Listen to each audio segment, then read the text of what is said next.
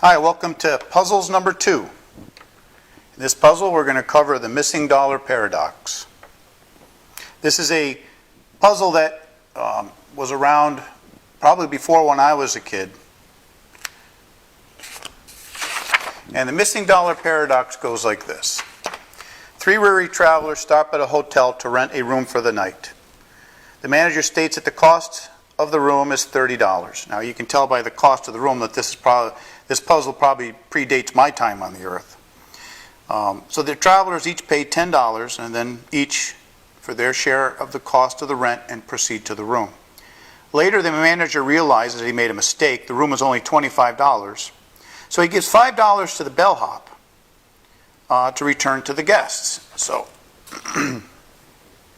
at the room, the bellhop, knowing that the weary travelers are weary, suggests that, well, since $5 can't be divided 3 ways, that he'll give each one $1 and keep $2 as a tip. Travelers, because they're tired and don't want to negotiate, they agree, and that's pretty much the end of the story. But here's the paradox.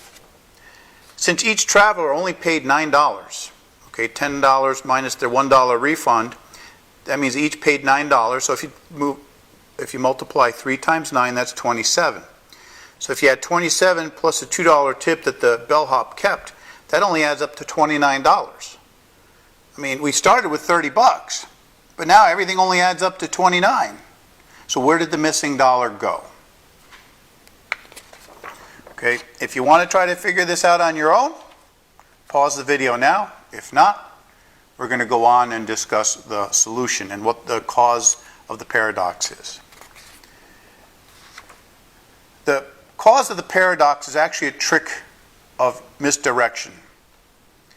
You are led to believe that the sum should be $30, and it takes some people time to realize this. The total expenditure of the travelers, once they get the dollar refund, is only $27, so everything should add up to 27, not 30. Okay, if you take the $25 room bill plus the $2 tip, that does add up to 27. And it's amazing because if you do this on somebody and they start figuring it out, you say, but all you have to do is keep restating the problem. Well, gee, if they each paid $9, that's 27 plus $2 tip, that doesn't equal 30. And you'll keep wrapping people around the axle. It's a very interesting problem. And this shows how easily that our human brain, our retarded monkey brain, can be misdirected. And one of the things I've noticed is that people usually assume that when math or statistics are presented that there's no misdirection. They think of math and statistics as, infallible tools of science and stuff. So where could be misdirection? Okay, and we'll cover some examples like that. But with regard to science, this is why I often state that mathematics without logic and reason, or mathematics with bad logic and reason, is voodoo, because you can essentially make any outcome that you desire. Okay, and this voodoo occurs too often in science. Okay, and that's why in my world, not only do the math and the reason have to agree, but they have to agree with experiment, observation. Even then, when you get all 3 of those things agreeing, you could still possibly be wrong. Okay, so it's, cannot be assumed because everything adds up that you got the right answer.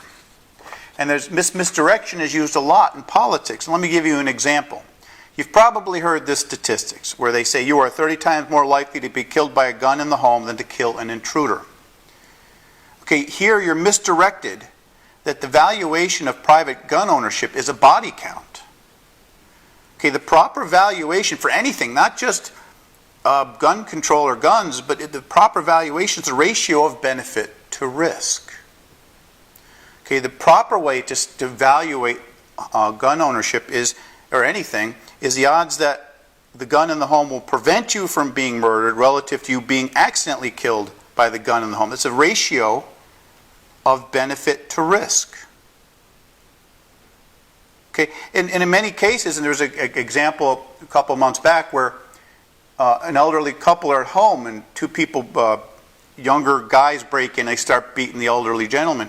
The elderly gentleman calls to his wife to get the gun. So from the kitchen, she emerges with this gun that's looks like it's from the Revolutionary War. It's like 10 times bigger than she is. And the 2 thugs see the gun and run off. Okay, many times when a gun is used in self-defense, you don't have to murder. You don't have to murder the intruder to have the value of protecting your life, of preventing an attack.